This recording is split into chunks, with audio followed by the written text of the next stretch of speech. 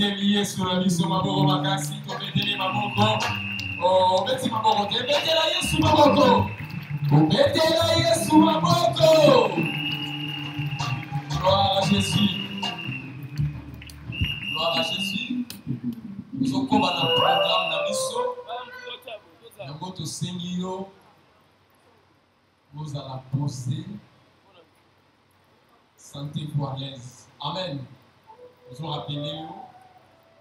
Awa ezali sika yo mutu sali tozama yango yo oza na contribution na yo yo sepalible yo eseke moko ya bacombination mosusu pusana na secrétariat osilisa contribution na yo pour mosala eza monene évangélisation tuna biso bato boti kolanda conférence ya makasi ya banalemba Saba moyen, ma coquille sanité. Pour ça, les lots encourageons de tels hommes, n'était pas dans la sur l'éminence à porte temps pour vous. Voilà, toujours mon asso pour ta maman, il y a une abisso, madame, il y a papa, n'abisso sur l'éminence à porte temps pour vous. Il y a une sengo, il y a une sengo, il y a une sengo, il y a une sengo. Nada bien la gaïe, mère de mère. Mère de mère, ma vie n'a pas eu. Donc, maman, madame, il y a papa dans cette surveillance, la porte est tant le côté. Vraiment, tu y as mis le Seigneur, maman, la mission. Merci. Tous aussi, nous allons au cacaillou, nous allons à nous avons la compétition à yo. Nous avons nous avons la communication audacieuse, c'est pas libre. Nous avons beaucoup de communication aussi. Les cas de secrétariat. Ce qui pose la position pour ta papa, vous en avez eu pour la moussala. Les cas de secrétariat va pouvoir coordonner Nyonso pour le coup de la naïe. Sur le terrain de Panzi, nous avons la campagne d'évangélisation. Ça demande beaucoup de moyens. Alors, vous sanate, contribution na yo, vous allez te montrer, pas bon pour la motema, récompense na yo paye. Ezali. Amen. Voilà. yango tozo souhaiter bato nyonso baza awa boyei bolamu bandeko na biso pe ya Portugal to bandeko na biso bana monoko ya ndenge na mokili oyo baba portugais bauti Angola to ebisi bino seja bem-vindo wana nyonso eza boyei bolamu yo ozali awa outi na mikili mosusu tosouhaite yo welcome. Nous souhaitons biso ba francophone, soyez les bienvenus. Si vous avez mon abino ligne les cas, ou solo liga dans la secrétariat, ba comme l'angai, tu souhaitez bino na mon abino atana kimbala. Atana kimbala, nous sommes atana kimbala moko ya courage. Aye l'angai, tu souhaitez les biso yango, soyez les bienvenus na kimbala et gosala malam. Amen. Merci. Tous au combat programme la biso. Nous avons bien servi à mes biso na des chansons. Aimer Nzambe, tu adorer Nzambe. Pour vous santé tout ça, avant d'être au bandi à tout ceux qui ça dit lundi la semaine prochaine. Nous avons Nzambe, nous avons reçu tous les moyens. Tous à la awa pour assister à Milulu Minene Oyo Tobeli conférence internationale sur la restauration de l'Église et de ses serviteurs. Thème de l'amour central, la puissance de la foi. Donc, dans la zone d'Ima, après conférence, Soyo, Moutoumoko, à vous allanter à Zalagate. Et après, dans ce single, vous allez distraiter. Oye, vous m'avez dit, Yamayote, Lucas, protocole, le Banganaye, on peut s'en la place. On va vous servir. Il y a tant de places réservées pour nous. Ce qui n'a pas besoin de place de Lucas protocolaire, de Lucas protocole, pardon. Lucas protocole, le Banganaye. On peut se placer pour la matière qui toko. Yo, il faut parler la moquille, on a dit la foi. On tous a béni, na Sikaoyo, na Splanado, na échangé. On peut pas une Tozolanda conférence na biso internationale. Pour ça a été awa monde entier, bazota la biso. Monde entier, même Oyo, basale la Ranzambe, même Oyo, basale la Ranzambe, mususu bazota la biso. Bizaleli na yo, toko bika na yo, toko bina na yo, toko bisala no ya malamu, Oyo reposer awa, directement monde entier à Zomone. Yabo na pesio vraiment merci pour na kolani boso Oyo komeli biso awa. Zambe wana asala pour moi. Amen. Voilà. To bengi ser na biso bibi, pour na koyeme la biso. Voilà. Depuis ça qui ont déjà qui papa Zananté là. Assez déjà recommand. Papa Zananté là a commis déjà. Donc bon là, papa la biso. Voilà nous sommes ici papa la biso Didier. Il y a ma biso de souci, tu as ma biso. Protocole ça papa la biso. Moutouganzambe, Tata Nabiso, patriarche, son éminence, la porte est qui a sorti ma colonne de Singao. Voilà, nous soyons là. Papa Nabiso, Kalaté, à son premier émission de Singao. À vous.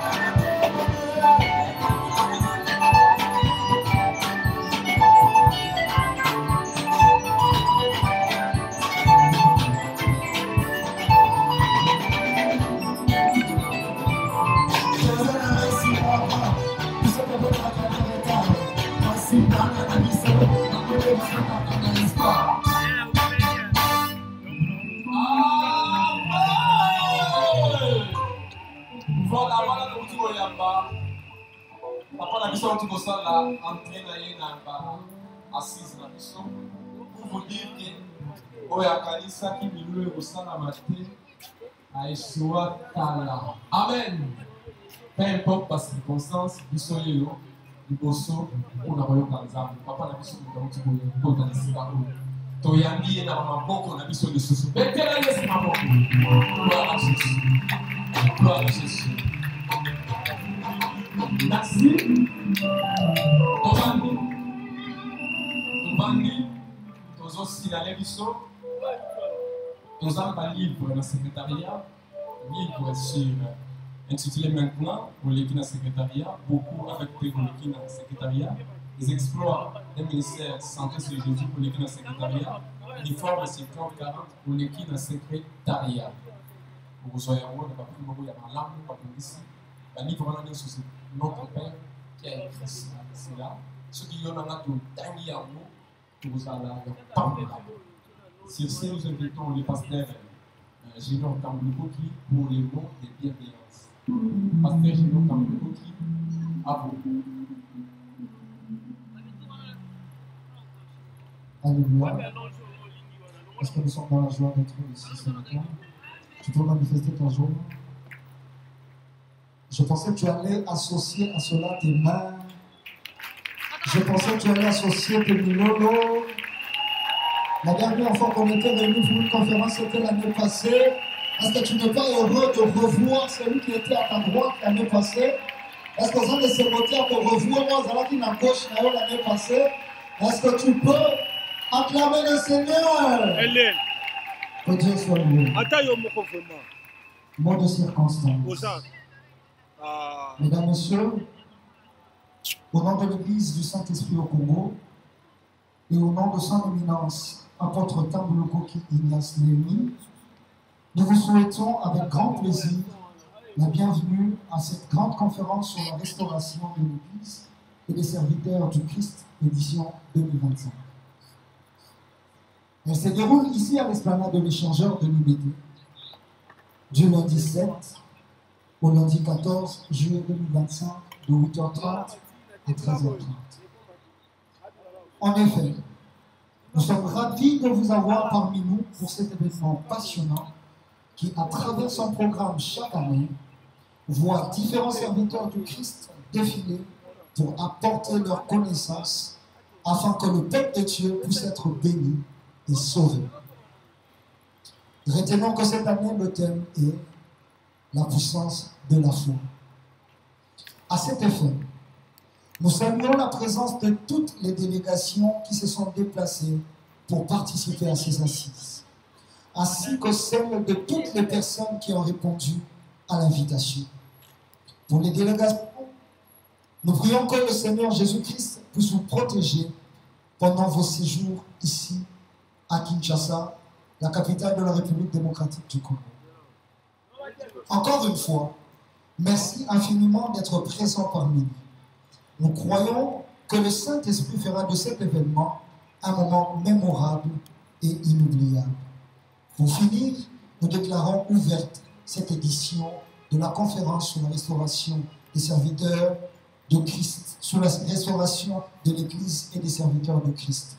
Je dis et je vous remercie. Merci, merci. Mais ma comment les gens qui m'a cassé, merci. Mettez là-haut. Qui sont les gars là-haut? Allez, papa, le sage. Allez, bon.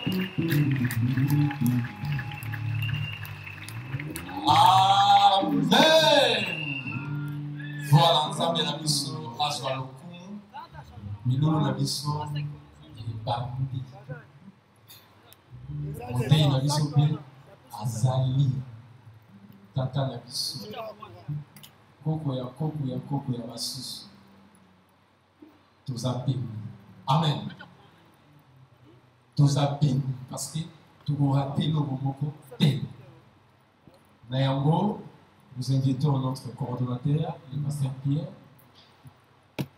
Toyambi avec nos acclamations. Alors, recevons cet homme de Dieu avec des acclamations. Merci. Merci, Jésus. Merci. Zamba bomo ya zwa kumu mbote lisusu ya maladi balé. Est-ce que vous avez soufflé sur ma bomo makasi? To sangani awa bato batinda bakudetela Yesu maboko biso ne to sangani awa. Sino biso ne bakata batinda bato biso to sala. Est-ce que to betela kwa Yesu maboko makasi? Totelemi toto ya papa. Conférence na biso ebandi. Nalingi tokuma mitu na biso. La concentration sur l'Ipsa, Jésus-Christ, merci. L'Ipsa Saint-Esprit, merci. Merci pour la papa, pour la maman de la papa. Et ça, merci. Gloire à toi, notre Seigneur. Merci pour la vie à serviteur, merci pour la pensée sur nous. Merci, notre Maître. Au nom de Jésus-Christ de Nazareth. Amen. Sans plus tarder, dans notre journée de la son éminence, apôtre Tamboulou, l'homme le plus élevé de la paix, le sommet de la paix sur la paix, il est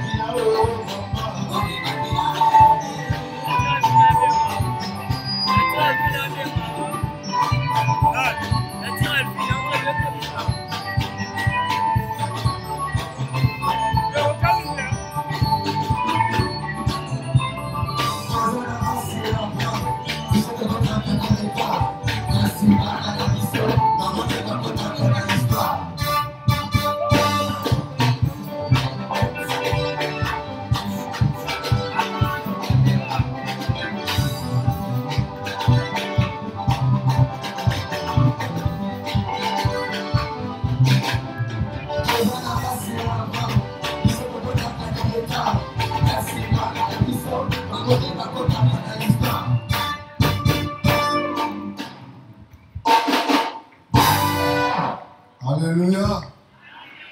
Lèvons nos mains. Les mains qui sont levées, ce sont les mains des hommes de cette génération. Ce sont les mains de ces personnes,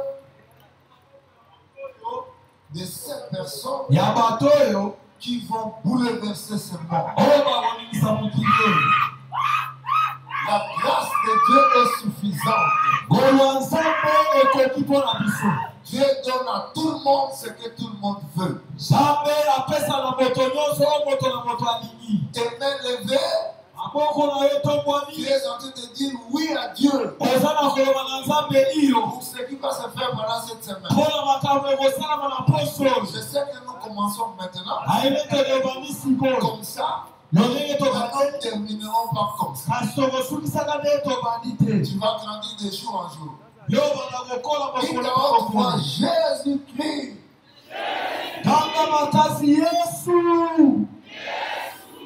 notre Seigneur, Jésus-Christ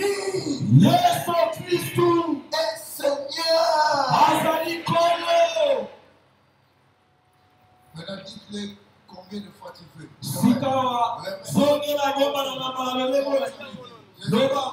Dites-le à ton rythme.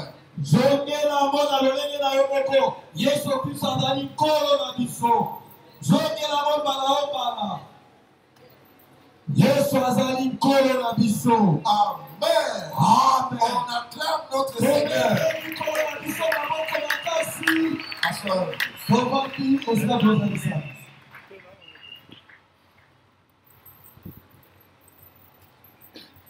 Notre conférence a pour thème la puissance de la foi. C'est vrai. Mais la foi en qui? Nous n'allons pas parler de la foi, mais nous allons parler de celui qui est le consommateur de la foi. Si nous le connaissons très bien, nous aurons la facilité de l'appeler et la façon de vivre en lui. Et c'est cela qui va nous donner la foi. Tous les jours, nous parlons de lui. Tous les prédicateurs parleront de lui. Parce que c'est lui le consommateur. Il y a beaucoup de gens, beaucoup d'églises qui font des miracles, mais qui n'ont pas un consommateur de la foi. La foi consommée par Jésus. Consommé par Jésus, ce sont des foi qui bouleversent le monde.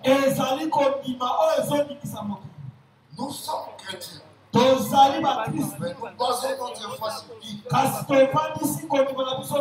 Peut-être dans notre environnement, là où je suis. Celui qui vient prier chez moi, c'est une autorité. Et on commence à voir des choses. Et nous commençons à mettre notre foi dans ces choses. Nous sommes dans la saison sèche. Nous aurons la facilité de faire notre campagne. Que tout soit tourné sur Jésus.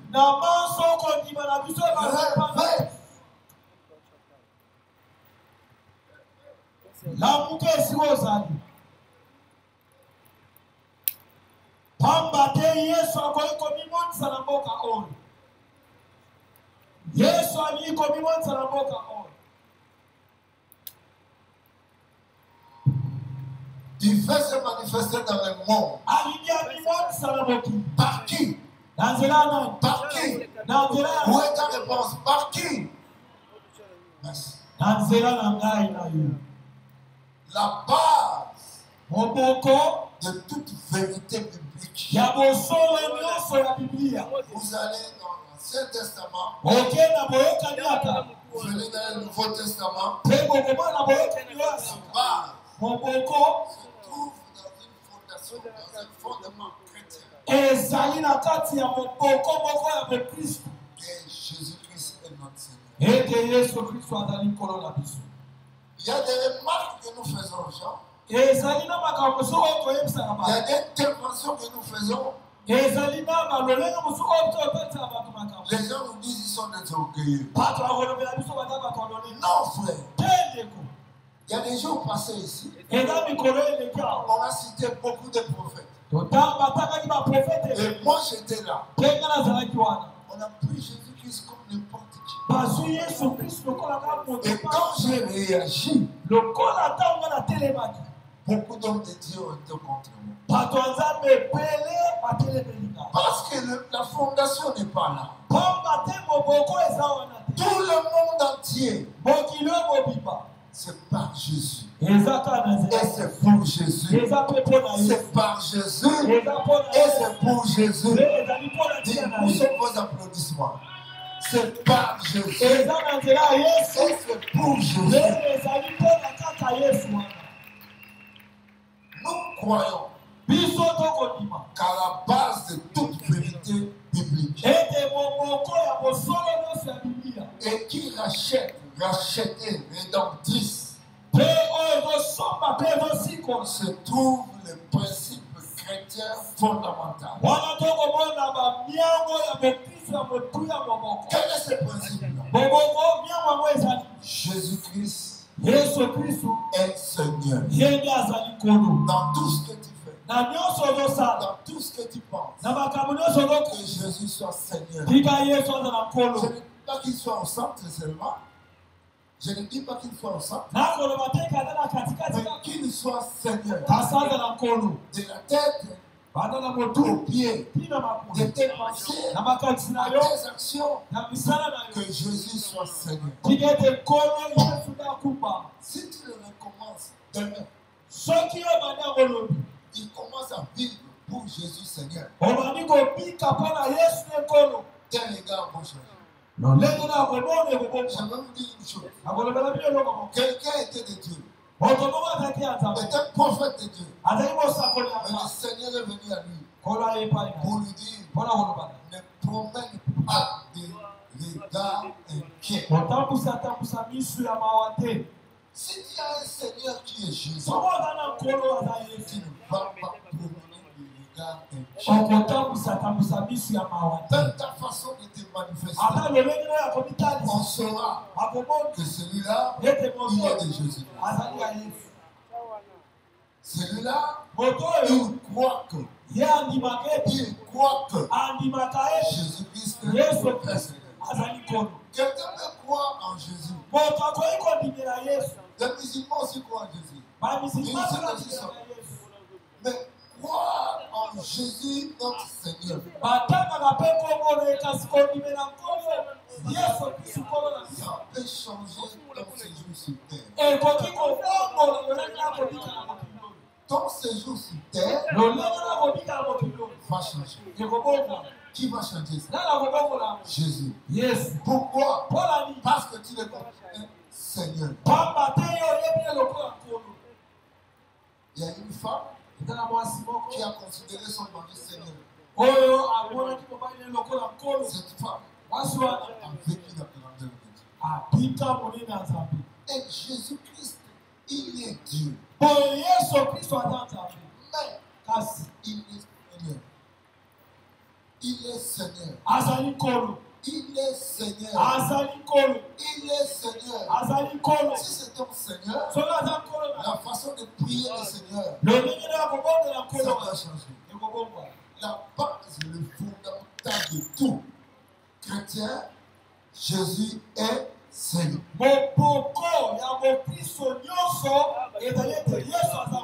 Quand tu entres dans l'église, Jésus est Seigneur. Quand tu payes ta dîme, c'est à Jésus Seigneur que tu payes.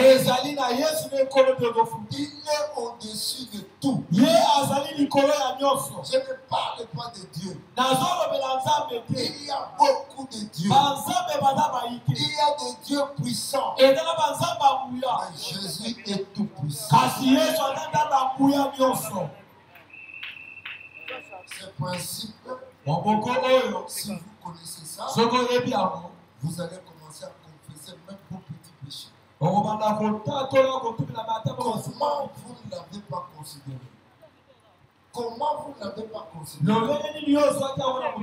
Comment tu n'as pas considéré Jésus? Tu as fait cela au nom de Jésus. Mais quel Jésus qui est Seigneur? Parce que quand Jésus Seigneur se manifeste,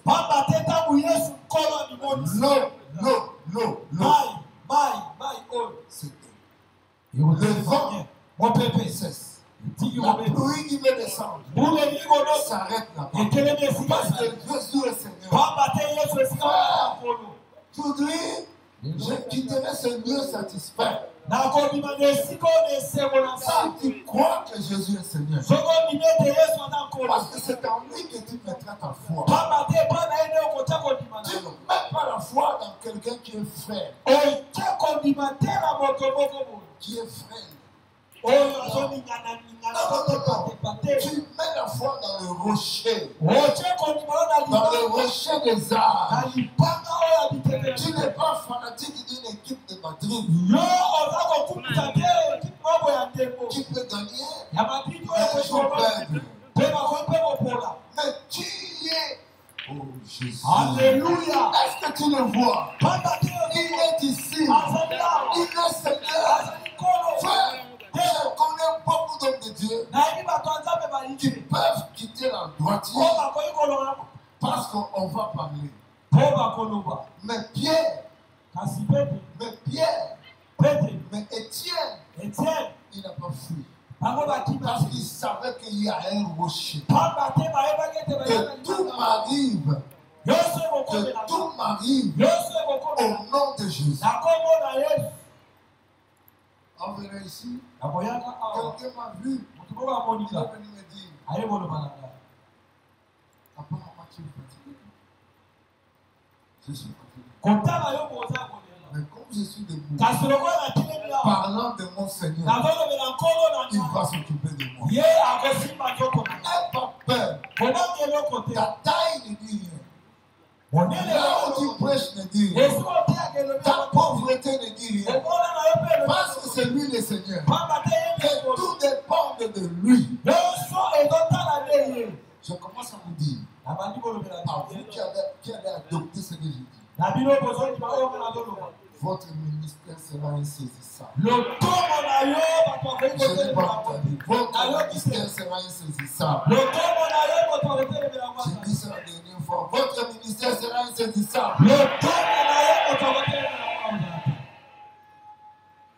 Yes. Amen. Il est qui? Il est qui? Il est qui? Il est qui? Ne faites pas de l'œuvre de Dieu une œuvre qui est comme quelqu'un.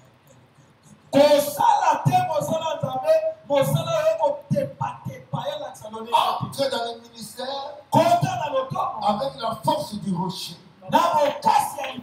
C'est lui. C'est lui le rocher.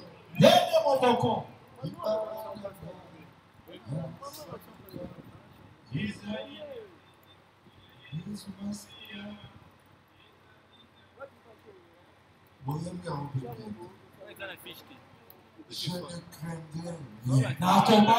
Le rocher, c'est lui. Les fautes se pardonnent en lui. Par lui aussi. Les maladies sont guéries par lui. Et nous sortons des ténèbres par lui.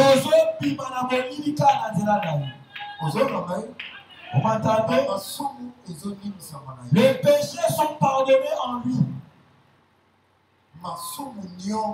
Tous les péchés sont pardonnés en lui. Sont pardonnés en lui. C'est par lui. Toutes les maladies sont guéries en lui. Tu étais tombé, tu étais dans des trous profonds. C'est lui qui va te faire sortir de ces trous. Je veux vous dire, la religion ne sauve pas. Je vais vous dire une vérité. Jésus n'est pas une religion. Yes. Jésus n'est pas une religion. Et quand il est venu, il n'a pas sollicité les Sadducéens pour leur dire, je viens vous aider. Non, il n'est pas parti chez le pharisiens. Il est resté. Il n'a pas sollicité. Il n'a pas fait des accords avec des gens. Parce que c'est lui le Seigneur. Parce que c'est lui le Seigneur. Parce que c'est lui le Seigneur. Prends Jésus comme Seigneur. Ton comportement va changer. Ton comportement va changer. Ta façon de voir va changer. Ta façon de recevoir va changer. Parce qu'il est Seigneur. Pendant tous ces mois de juillet, tu vas vivre des choses incroyables. La première des choses, ça sera un changement de toi-même.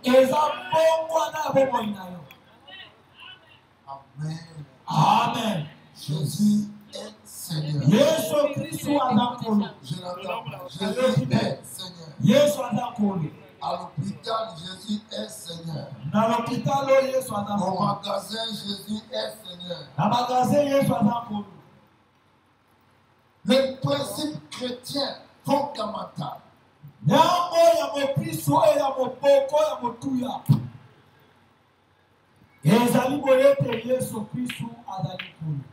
Que Jésus est Seigneur. Que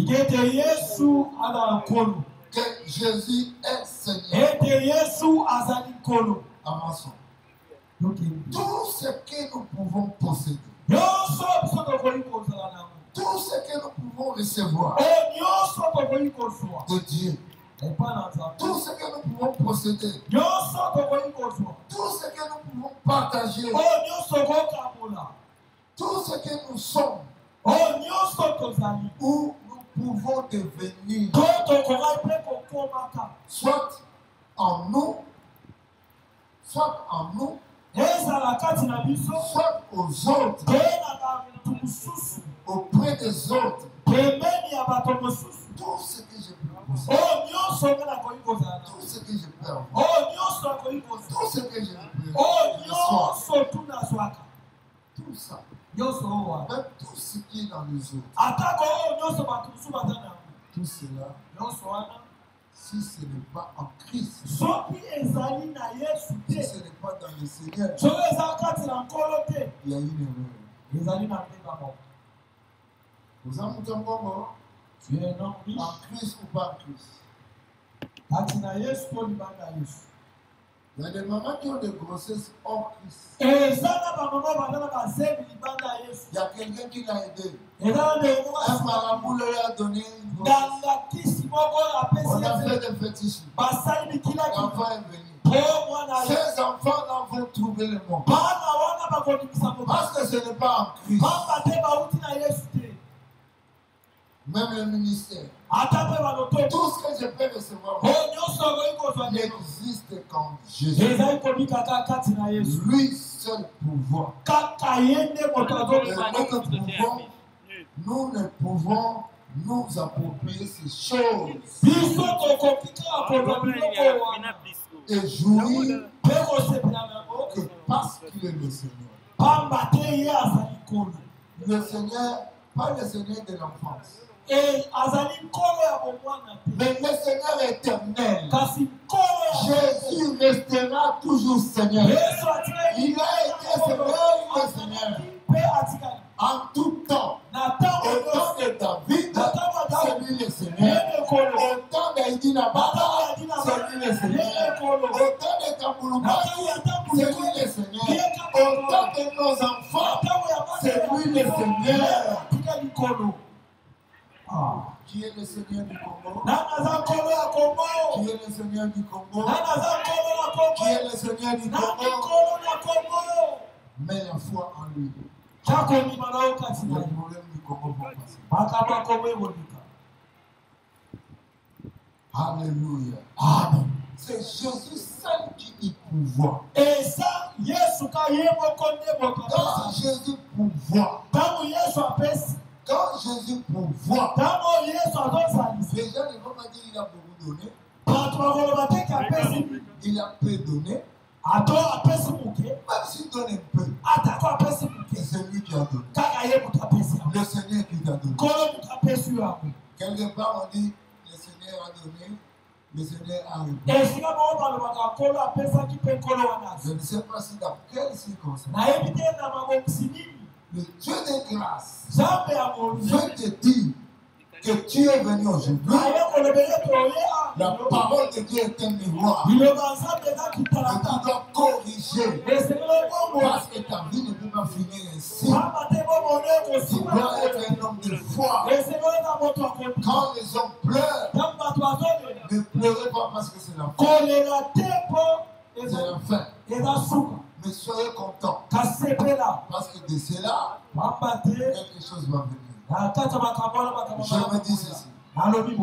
Tout ce que nous recevons, et tout ce que nous pouvons devenir, tout ce que nous pouvons posséder, le ministère, l'argent, les enfants, tout ce que nous pouvons, soit nous auprès des autres, n'existe qu'en Jésus. Moi, je sais que je prêche en français. Je mais je l'ai dit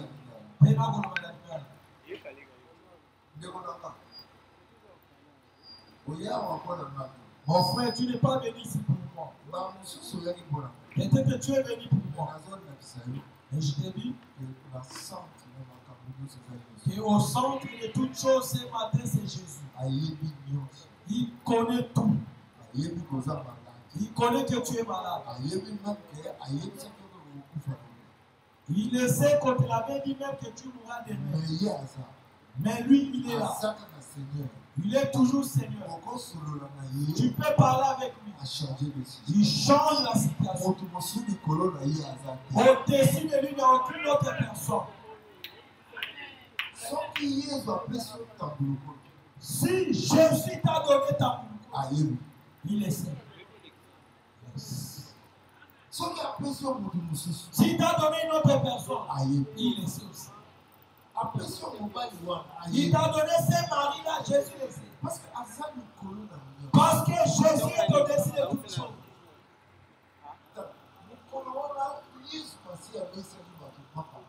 Ces jours-là, Jésus a nourri beaucoup de monde. Est-ce qu'il ne le savait pas qu'il devait finir par là à nourrir les gens? Mais pourquoi tu as dit programme? Mais pourquoi il n'a pas planifié? Pourquoi pas arranger une boulangerie pour pouvoir assez de mal? Mais pourquoi on s'ouvre sa vie? Pourquoi tu es en train de détruire ta vie? La force des membres. Tu es en train de regarder ton passé. Tu n'as plus de force. Pourquoi? Je te pose la question, pourquoi c'est là? Toi, tu es devenu Seigneur. Tu es devenu Seigneur. Le Seigneur, c'est qui? Suivez-moi. Quand les choses se passent dans ta vie, quand tu les trouves mal, alors qu'à la fin de cette histoire, tu vas plaiser. Oh mon Dieu,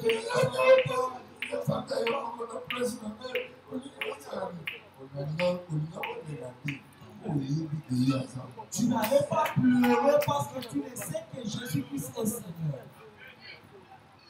Là au fond, Jésus est Seigneur. La souma pour le bas, Yesu azakolo. Il va te pardonner. Il va te guérir. Il va te ramener à la surface. Il va te mettre la couronne de la miséricorde. Toi qui es entré en ces lieux, il n'y a que toi qui sortiras ici.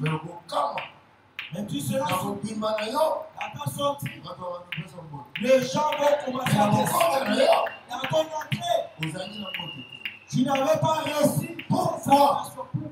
Pourquoi c'est là? Parce que tu as bien mis le Seigneur à sa place.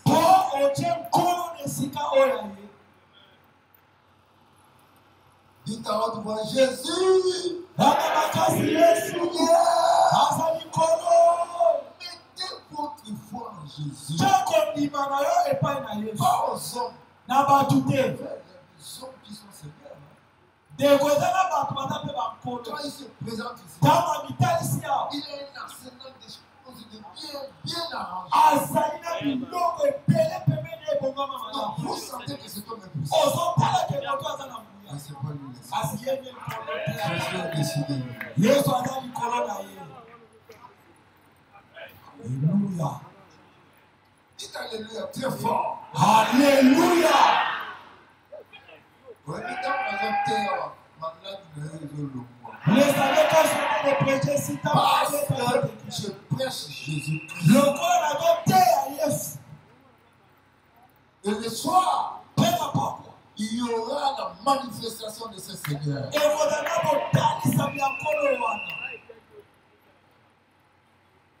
Dites à votre voix, mon Seigneur. Il y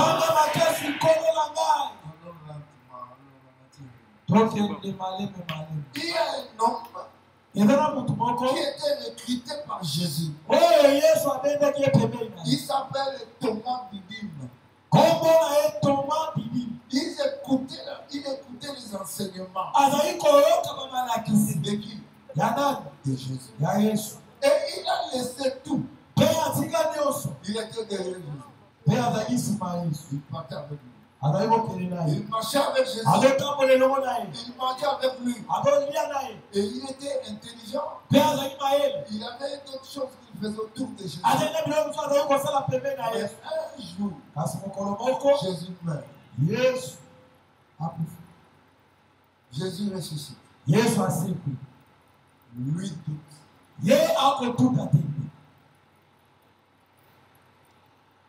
Je vous dis que Thomas a douté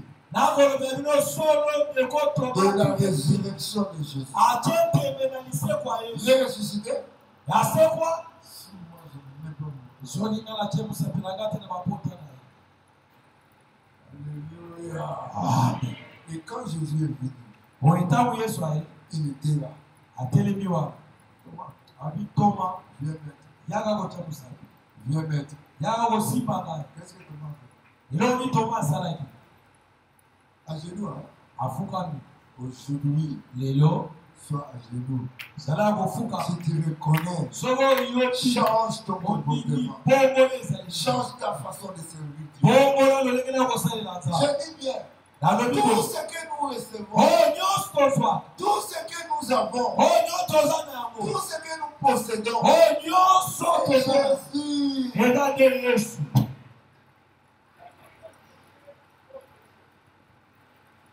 N'allez pas chercher autre chose. N'allez pas chercher chez moi ce qui est en Jésus. Jésus que tu sers, il est amour. Il est amour. Il transforme. Les gens ont besoin de vin. Le Seigneur prend de l'eau. Il dit à l'eau, deviens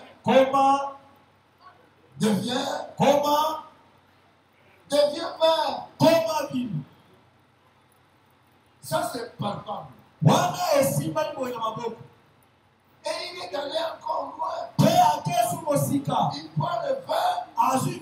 Il dit, ceci est mon sang. Ça c'est dans le mystère.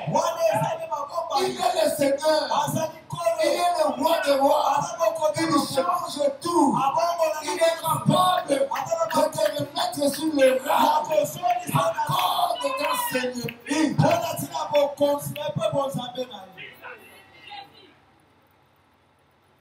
Frère, nous sommes ici en ce lieu. Notre ventilateur est là. On n'aura pas besoin de mettre le ventilateur. Le climat est là. Toi, tu dois recevoir la parole.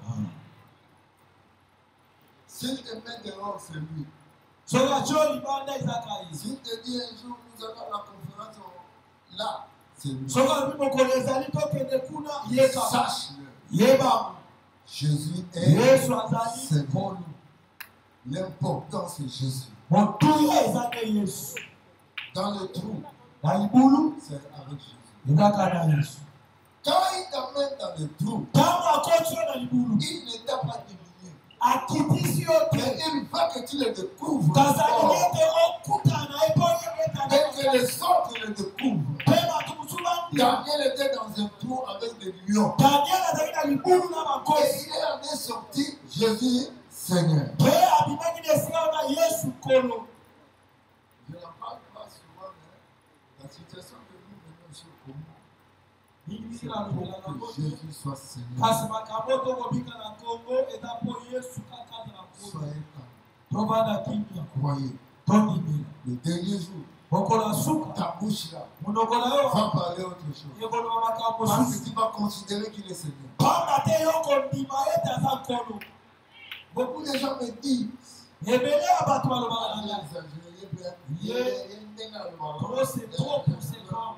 on parle beaucoup, je connais. Et maintenant, je voudrais qu'il me fasse connaître très bien.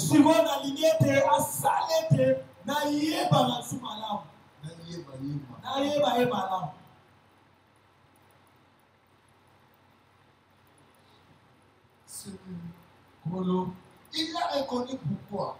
Il y a un mystère qui a ramené l'autre à le connaître. C'est ça qu'il prêche tous les jours. Je sais que tu prêches tous les jours. Ngai nayebi ete mikolo nyonso. Je sais que tu donnes à Jésus Topesaka tous les jours. mikolo nyonso. Mais le jour où tu vas les comprendre, Kasi mokolo oyo qu'il est Seigneur, ete ye les azali choses vont changer. makambo La façon de donner va changer. lolenge na Et la kopesa façon de recevoir aussi va changer. mpe lolenge oyo ya kozwa mpe ekobongwana. Tu reçois Yo ozozwa parce que tu donnes. pamba te opesa. Mais si tu donnes Kasi opesa avec une nouvelle vision, na lolenge avec une nouvelle foi, que je donne à Jésus, et que Jésus le sache, ete yesu ayeba Jésus va répondre. ye akoyamba. Il est Azali nani? Il est un Kolo. Il y a une femme. Ya mwasi moko.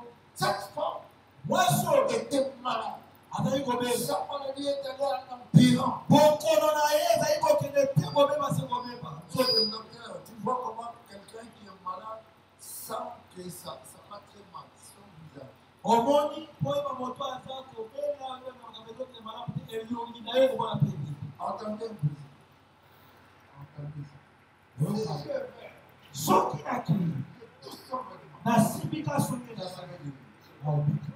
Pas de protocole. A protocole Pas de protocole. a protocole bazali. Pas d'entente.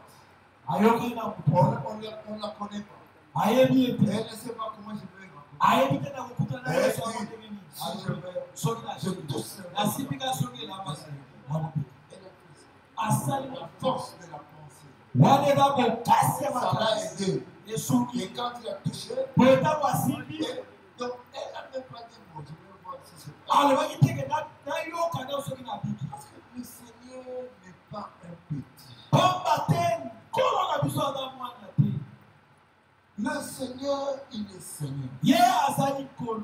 Chaque fille, elenge mwasi marchez devant le Seigneur. tambola liboso ya Vous allez vivre différemment. yo kopika bokesi.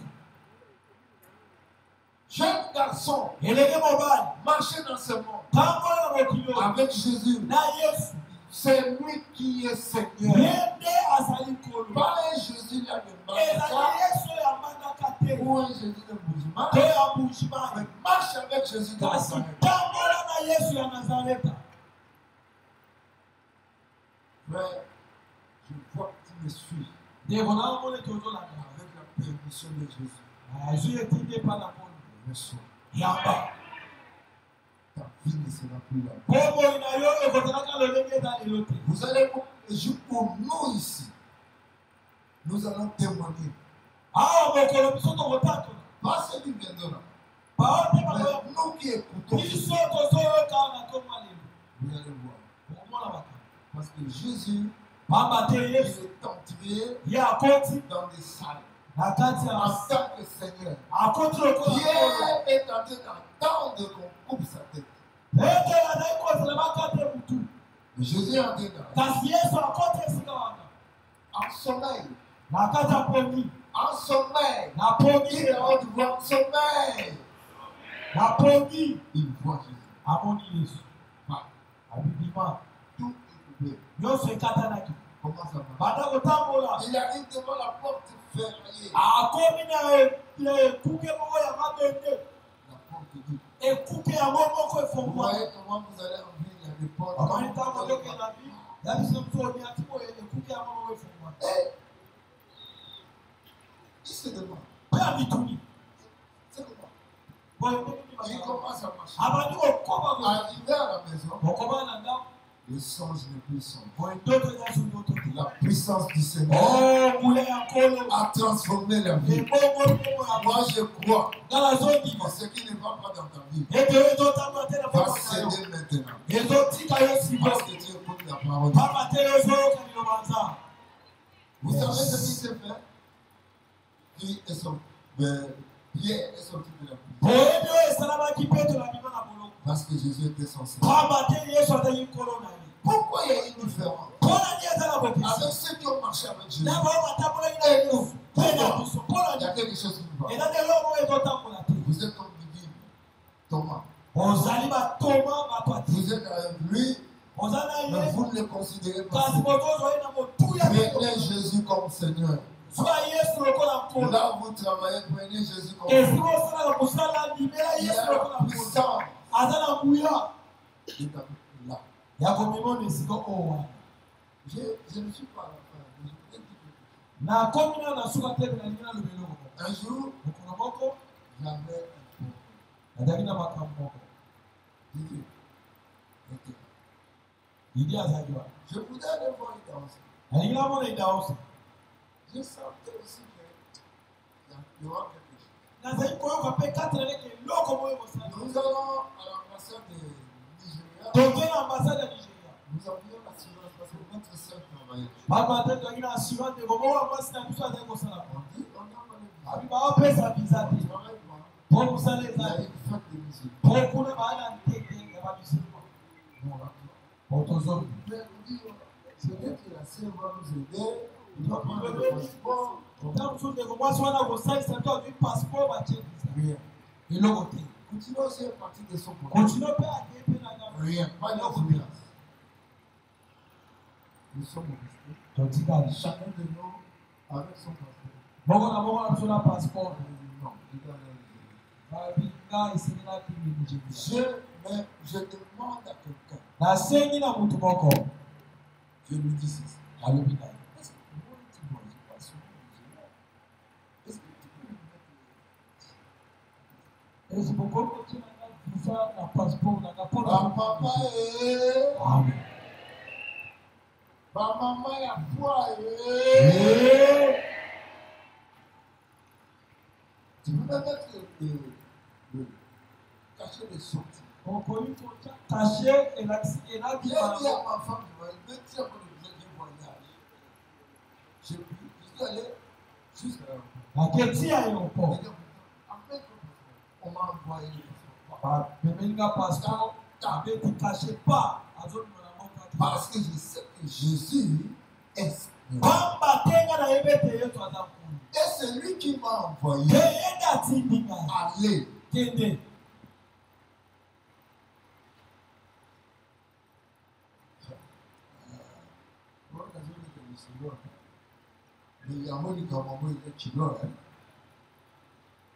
Qu'est-ce qui s'est passé? Eloni esalamaki. L'avion vient, on entre. Epoye kokoti. Et ce jour-là, j'étais glorifié. Mukolo wana na toki lokuba. Parce que pour la première fois, Baba tena ibala ya. que je voyage dans le cockpit. Non. Pona kele C'est pesa mon na grand pepo frère. pesa Je sika voyais oyo ce ko que pesa. j'ai appris dans ma femme. Na fani ka mu. Je voyais tous les Nigériens, je voyais les gens tout là-bas. Na keti na kujenga ka mu na makondisio. Frère, descente. Ekiti. Chacun prend son Kwa tunapotoa du passeport na abi pesa oyo. Je suis devant. Devant Devant tout le monde. Ibosa ba Moi, tout. je suis sorti devant tout le monde. Pona na bien mutu aliposu. J'arrive là. Na komi esika oyo. Les mamans commerçants, les mamans Ba mama mingongo ba mama ils lobe. mettaient leurs passeports ensemble. Oba asangisi ba passeport na nyonso liboke. Parce que ça avait leur système. Non. On vient de le visa. Azako pesa mo ba visa. Mais moi, j'étais relié à mon Seigneur. Ngai na kanamaki na nkolo na ngai. Koza, mon amour Seigneur na Togo, mon amour Seigneur na Pourquoi? Koza, ton mon Seigneur na 10h, na 11h, au mon na 7h. Qu'il soit ton Seigneur le matin, à midi et le soir. Le bas éternellement. Seko na seko. Dieu, Zambi. quelqu'un, Moi, j'ai le passeport. il Atali likolo il voit amoni makoma. comment on appelle ça? Sorti. Abetika caché Il bale est en en rouge. batie na langi Il voit le nom. atali malamu. Moi, je dis Jésus est Seigneur. Ngana zaika wana na bi Yesu aza nkolo. Je le regarde. Na otala na bandeko wana.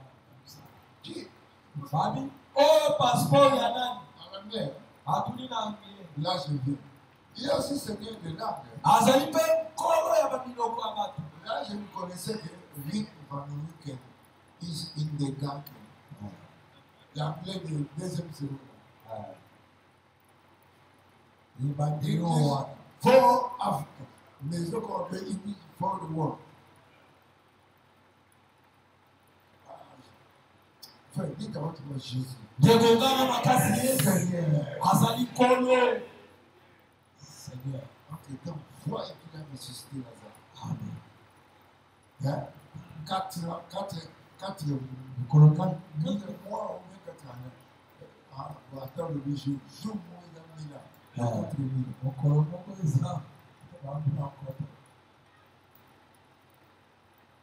Mais l'homme l'a dit.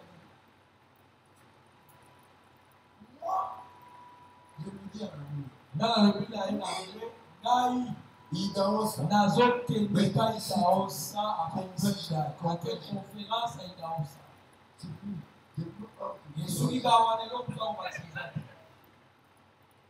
Jésus est Seigneur à cause.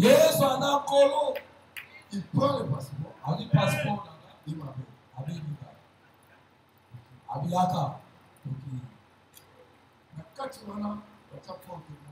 Là où il y avait une porte comme ça. Donc il y a une planche.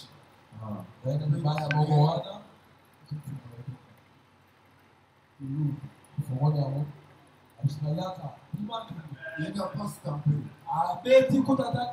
Parce que toi, tu ne vas pas le cacher. Il va cacher.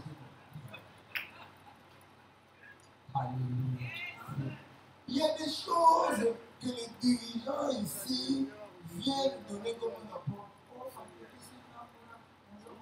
Il tient à aller au nom de Dieu.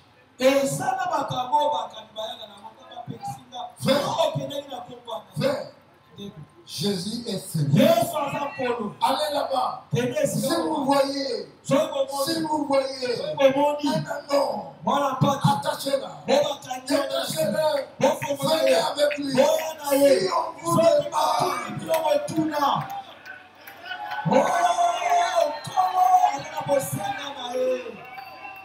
Jésus est Seigneur. Les gens avec qui je traite, ils me trouvent le plus bandit. C'est comme ça, papa. C'est ce que tu dis, papa. Il faut dire avant ces choses. D'abord, il y a pas de plusieurs $1000. Non, l'exemple. N'exagère pas. Nanga, nous autres appartenir encore. Le Seigneur en a besoin.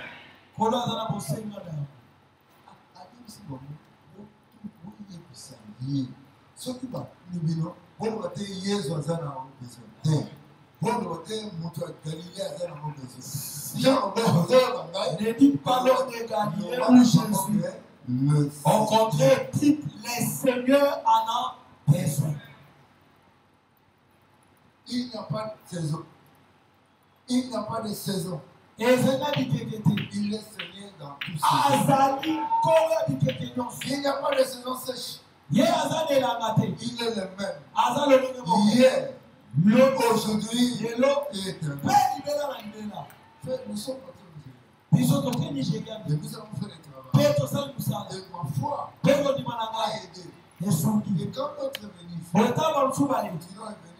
il a changé son ministère. Parce que Idaosa, nous avons prié. Il a prié pour nous.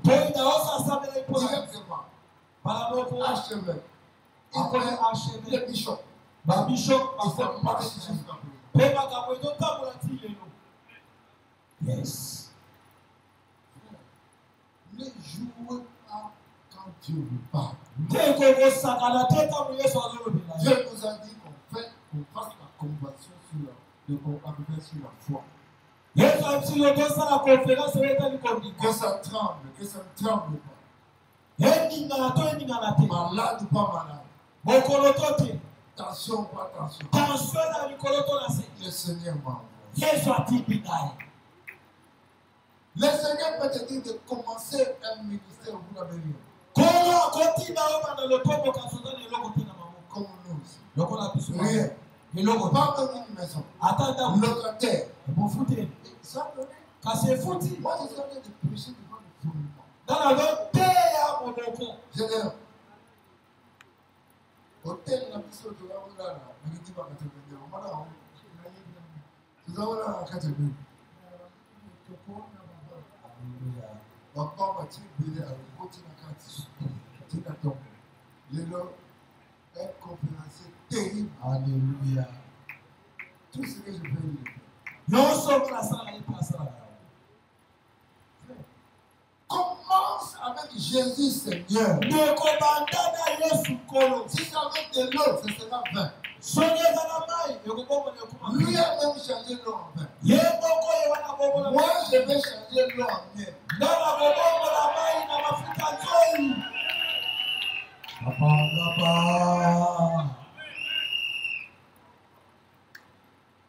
Dites à haute voix, je crois en Jésus. Il est Seigneur. Si vous croyez en moi, vous ferez les choses que je fais et vous en ferez le plus grand. La base de tout, c'est d'abord réajuster qui est Jésus pour moi. Moi, je ne vais pas parler de la foi.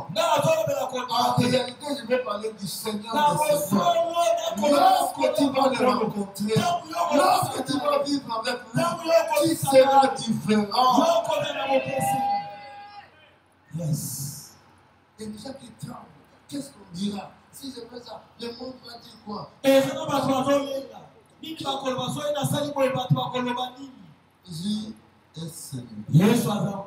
Que je le fasse. Mettez-moi dans le trou de lion. Vous saurez réellement que Jésus.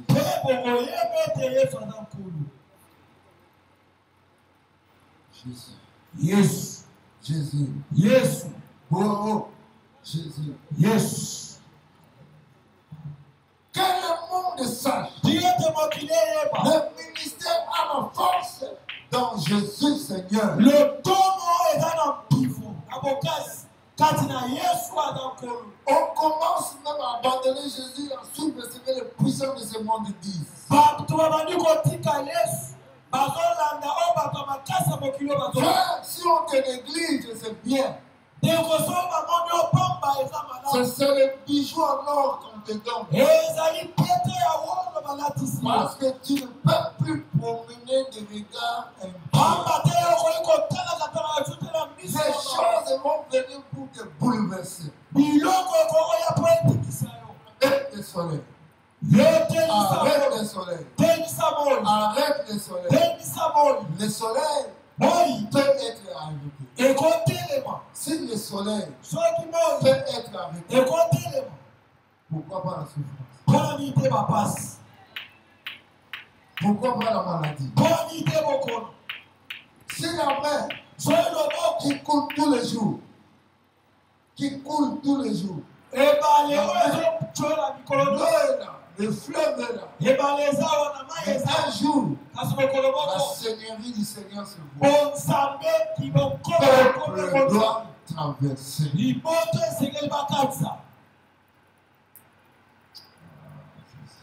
Alléluia. Ce n'est pas fini avec toi. Ce n'est pas fini avec toi. n'est Ce n'est pas fini avec toi. C'est Jésus qui pourvoit. Tout ce qui existe, ça existe en Jésus. En Jésus, rien ne manque. L'éternel est mon berger, je ne manquerai pas.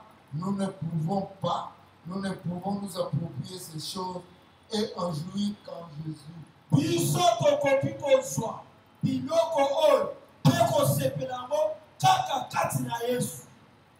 Parce qu'il est Seigneur. Il est Seigneur éternel. Depuis la fondation du monde. Depuis la fondation du monde. Depuis la fondation du monde. Et jusqu'à la fin. Par la grâce de Dieu. Depuis la fondation du monde. Grâce à quoi? Maintenant nous entrons dans les choses. Grâce à quoi? Je pose la question. Mais qu'est-ce qui fait que cela soit ici?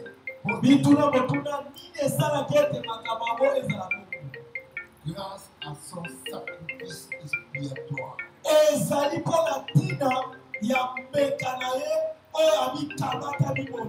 Grâce à sa position.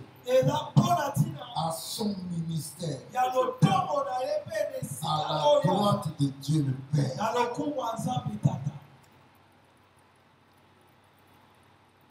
Où il vit à jamais. Comme notre sauveur, comme notre médiateur. Dites notre sauveur. Médiateur. Ce qui reste quoi?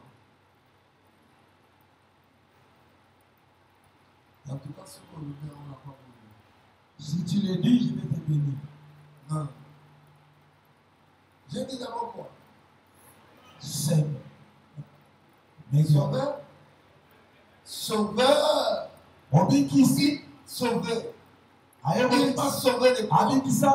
De fer, de la mort, de toute maladie. Je n'ai pas peur. Je suis enivré de ce que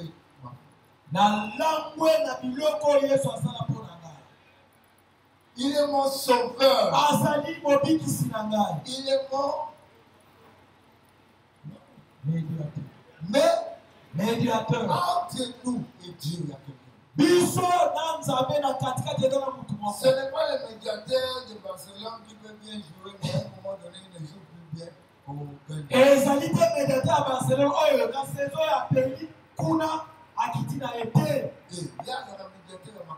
Lui, il est médiateur puissant tous les jours. Entre toi et Dieu. Alléluia. Amen. Je réponds. Amen. Il est sauvé. Il sauve toujours. Il a sauvé quelqu'un. Il sauvera encore quelqu'un. Il est bien encore. Médiateur entre Dieu et les hommes. Le troisième, c'est un mot dangereux. C'est vous qui allez. Moi, je sais l'enseigner. Quelqu'un, on est venu. Il a tué quelqu'un. Il y a eu des décès. On l'a arrêté. Maintenant, on doit connaître la cause. Pour lui donner la liberté. Qui doit parler? Ganga! Avocat Yanani! Wapi? Le bon avocat Nanga. C'est mon avocat. Frère, notre Seigneur est un avocat. Et jamais il est sourd dans les procès. Qu'est-ce qu'il fait? Chaque jour, il fait son ministère. Il a fait le ministère terrestre. Mais maintenant, il fait un ministère céleste. Il a sa main. Quand il y a quelque chose qui ne va pas pour toi. Patrick, ça ne va pas. Dieu se lève pour décider.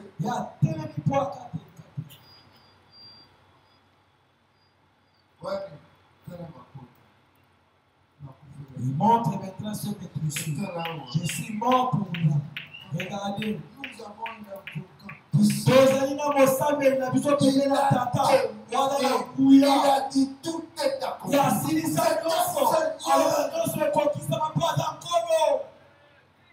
est Seigneur. Les hommes peuvent avoir raison sur toi. Il demande c'est sur la terre. Mais lui, il fait son ministère.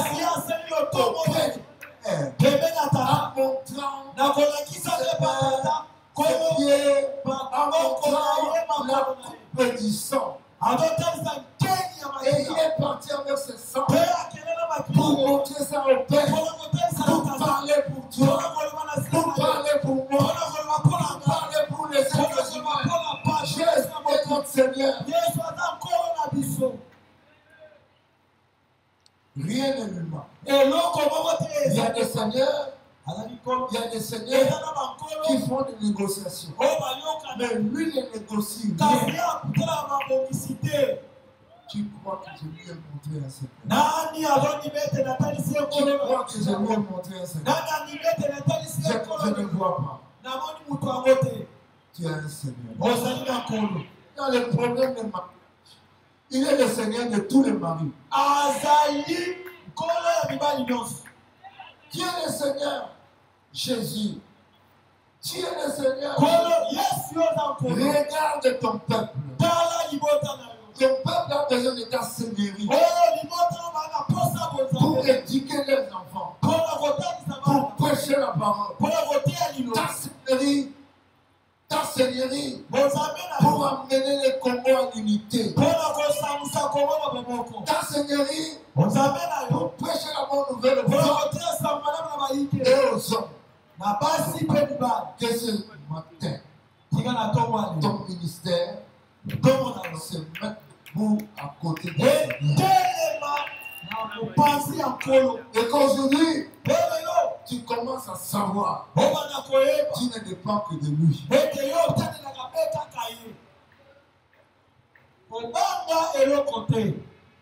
Peur. Quand tu vois les autres, fais ce qu'ils font. C'est lui le Seigneur. Il est le Seigneur de tous. Chacun a son cas. Ne sois pas humilié. Ne sois pas humilié. Ne sois pas humilié. Mais sois encouragé. Il est le Père de plusieurs. Il est le Père de plusieurs. Il est le Père de tous les serviteurs. Quand il te bénit, il met sur les autres. Ça commence. Ça commence. Je n'entends pas, ça commence. Ça commence. Ça commence. Quand tu sais qu'il est ton Seigneur, la jalousie doit tomber. Yes. La jalousie doit tomber. Il a pris la punition à ta place. Il ne va pas te punir. Fais les choses normalement. Écoutez-moi bien. Nous avons parlé. Il est là. Il vit à la droite du Père. À la droite du trône de Dieu. Il ne vit à jamais. Grâce à son sacrifice expiatoire. Il est mort à ta place. À toi, le gars. À ta place. Il est mort à ma place. Le sacrifice expiatoire. Il s'est confondu avec un animal. On a bourré le dos de l'animal. On a cloué ses pieds. On a percé sa tête. Sa tête était méconnaissable. La couronne d'épines. Tous ces sacrifices. C'est un sacrifice expiatoire. Amen. Asara yango une fois. Il a fait la bonne histoire. Il n'est pas pris les yeux sur maman. Tu es allé à ta place. On a tout ce que tu faisais là. On a puni ça dans le corps de Jésus. Et il a pris son sang. Il a pris son sang. Vous n'oubliez pas. Daniel était dans le royaume de Babylone. Il y avait beaucoup de problèmes. Il priait. Là, tu viens de dire. On a bloqué. On a bloqué la bénédiction. Le Seigneur, par son sacrifice, par son sacrifice expiatoire, il fait le ministère au ciel. Qu'on te dise pas qu'il y a un démon qui bloque la prière. Ce n'est pas le nom de Jésus. Il y avait des démons qui bloquaient. La La prière ne montait pas.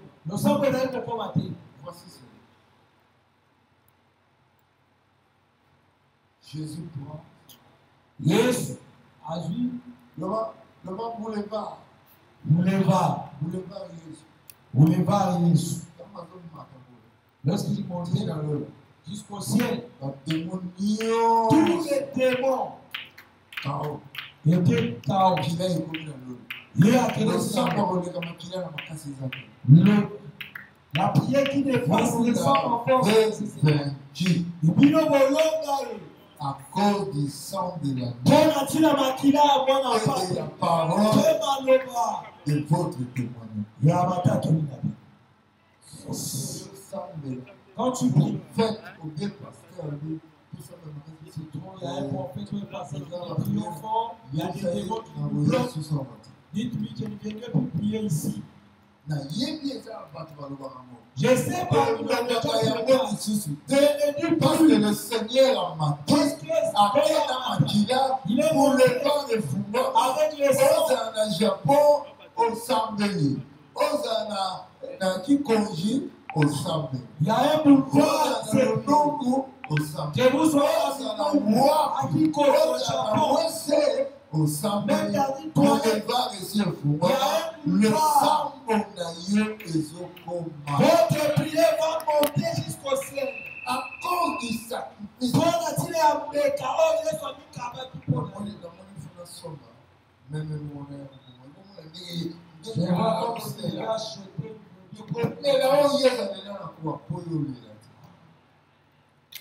Tout ce que Jésus a pleuré sur la croix pour que toi tu puisses prier.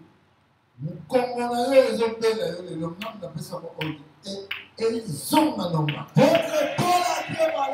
Je donne l'ordre de ce matin que cela soit La jeunesse congolaise, vous êtes une jeunesse qui va parler des choses graves.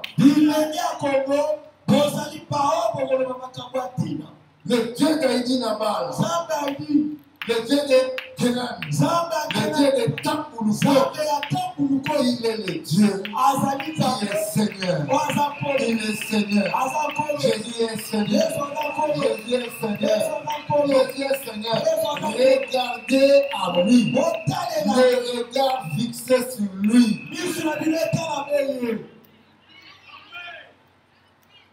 Il a commencé le ministère. Est-ce qu'il a cessé? Abandi le tomo. Est-ce qu'il a bon? Il est le Seigneur. Yes. Le jour où Abraham a voulu tuer son enfant, il a compris que le Seigneur, il y avait un bélier. Il y a toujours quelque chose pour toi. Même regarde le Seigneur. Ayez les yeux fixés sur lui.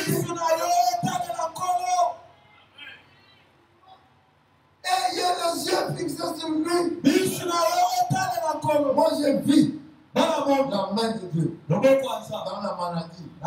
J'ai vu comment Dieu m'a ramené à la vie. Moi je prêche la guérison. Surtout parce que moi j'ai vu ça aussi. Mon fils ici, je l'aime. C'est mon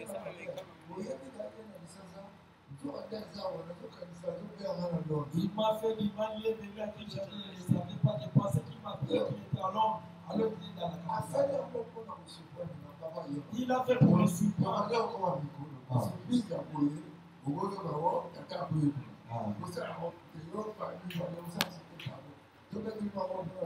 Acclamons pour cet homme de Dieu, pour cette surprise. Qu'est-ce qui s'est passé? Leur papa est décédé. Les gens sont venus pour prendre des choses. À un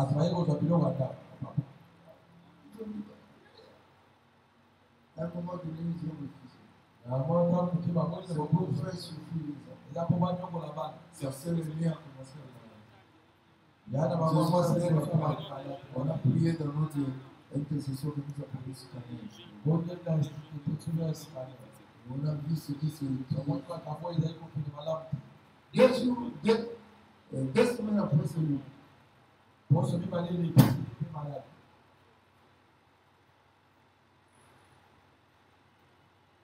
On rapporte que c'est fini. Par exemple, si vous êtes il pas d'idée pour nous commencer des actes. Je dis, Didier, Tu ne vas pas mourir. Toi, tu ne vas pas mourir. J'ai dit ça trois fois.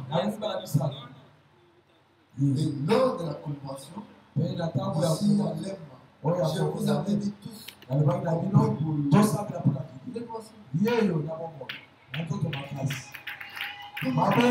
Ceux qui ont salé la Seigneur, Si tu sais le Seigneur, tout ce que tu diras dans ta bouche va s'accomplir.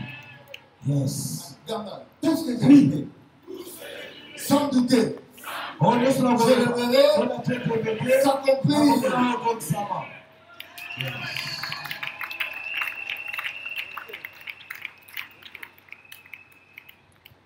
Frère, pourquoi les ministères tremblent? Pourquoi les hommes des démons commencent à avoir de place? La foi doit prendre la place.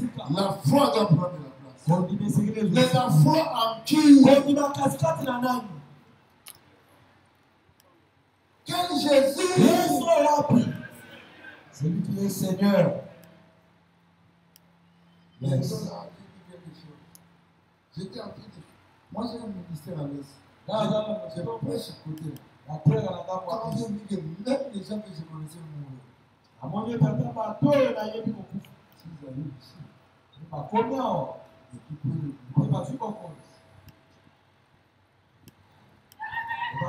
Dieu nous suscite. Beaucoup de pasteurs m'ont critiqué. Pourquoi il m'a dit ça? Mais ma relation avec le Seigneur, tu peux.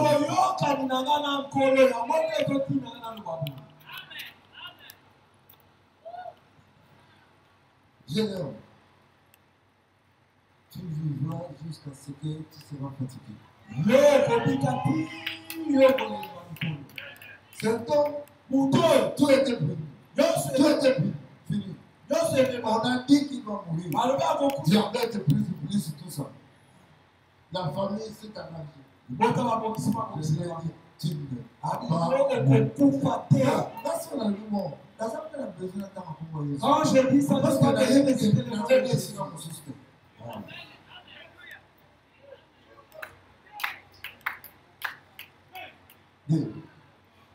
Le roi dans son combat. Vous êtes tremblés pour nous. 1, 2, 3.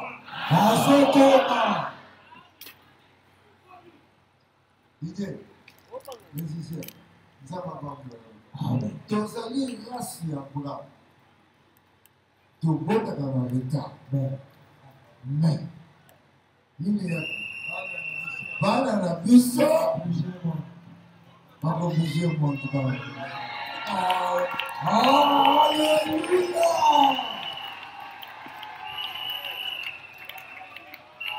Moi je crois que dans la naïve, mes enfants ils vont pousser le monde. Pas qu'on bouge le monde. Ils vont pousser le monde, mes enfants. Alléluia. Amen. Frère, tu vas bouger le monde. Mon frère, tu es médecin. Tu bouges le monde au nom de Jésus. Tu es âgé, tu bouges l'hôpital. Tu bouges le monde. Et les gens commencent à dire, là tout le monde est échoué. Comment il est?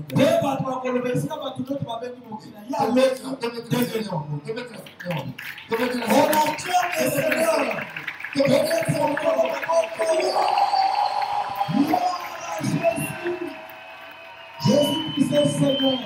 Il est Seigneur. Il est mort pour toi. Le sacrifice expiatoire. Il n'y a pas un autre qui l'a fait sur terre. Et Jésus attend ton secours. Attends ton secours. Attends ton secours. Je n'attends pas. Attends ton secours. On attribue tout ce qui est noir au noir. Tout ce qui est noir au noir. Écoutez-moi. Ton Seigneur, c'est Jésus. Celui qui a changé l'eau en vin. Seigneur, change l'histoire de moi. À cause de la foi en Jésus. Je crois maintenant.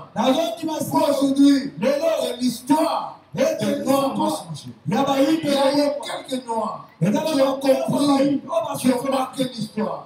Les grandes choses, les grandes émotions, c'était maintenant. Avec Jésus, va de l'avant. Va de l'avant.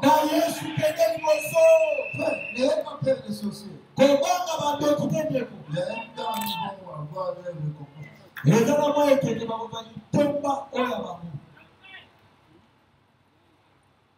Je vous aime. Esaïe 9, 5 et 7. Car un enfant nous est né, un fils nous est donné. La